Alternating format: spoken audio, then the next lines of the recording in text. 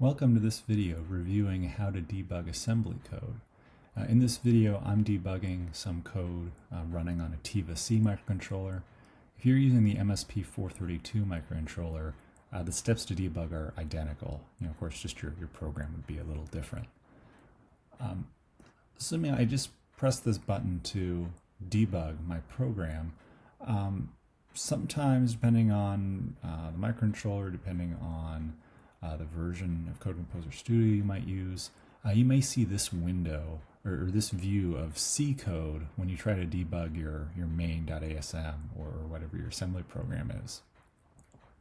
The best way to get around this is to actually go to your main assembly program and put a breakpoint at your first line of assembly code that you want to stop at to try to step through and look at what's happening for each instruction. In this program, it's past some of the different variable or name declarations. You can just double-click the line of the instruction, in this case, this LDR instruction used to initialize where the stack pointer is pointing. You just place the breakpoint there, and then you can just hit resume or run, and then that'll run through some of that starting C code and stop right at your first line of assembly code. Now, there are a few windows in the debugger, just to remember. Your most important ones are, of course, the code where the debugger is stopped. Right now it's stopped at this line of code. It has not run the LDR instruction yet.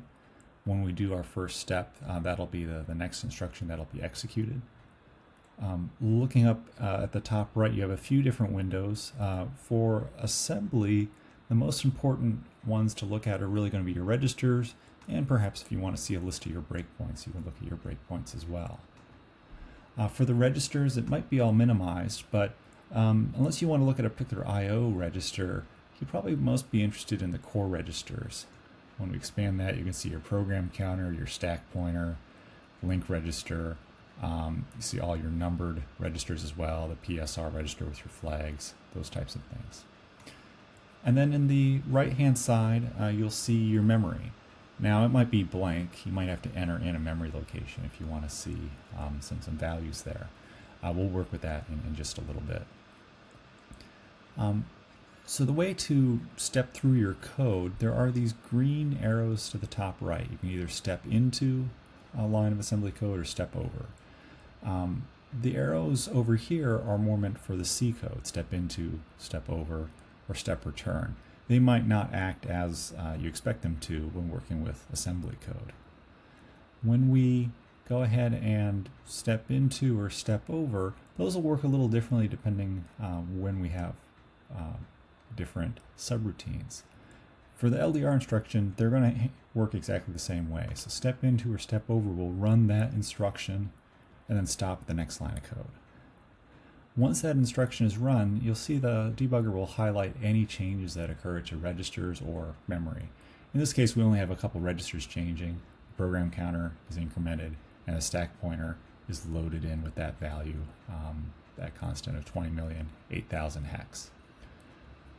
Now, this next instruction is a branch and link. It's a call to a subroutine called init.io. This is where there's going to be a difference between step into and step over. If we click step over, we'll run that entire subroutine and go to the next instruction, which is calling the next subroutine read push button. If we do a step into, then we will actually go into the subroutine, and then we can step one instruction at a time inside this initialization subroutine. So as we do that, we can see register values changing as we step through each instruction. Register R1 changes and so on. Let's say you understand how this subroutine operates. You just want to get past this. You can either do a lot of steps to step through all the code, or for assembly, maybe the next easiest thing is put a breakpoint at the end of the subroutine. I put it at the BXLR. You can double click to place it, or you could double click to remove one if one was already there and you wanted to get rid of it. And then just hit resume or run. That's the green arrow. You can run. It'll run through all that code, we'll get to the return for the subroutine. We can just step into or step over are going to behave the same way. We'll go to the next instruction, which will be this subroutine call where we read the push button. If we wanted to step over the subroutine, just do step over. That'll run the entire subroutine.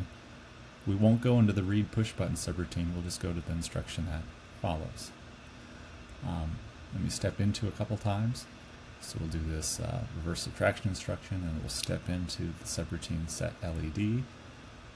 Last thing to show is how to use the memory browser. We can step after the push instruction.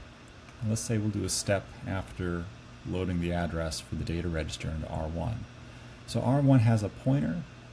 If we want to see the value at that memory location, we could just type that address into the memory browser if you wish. So you can type that or any address you want to look at.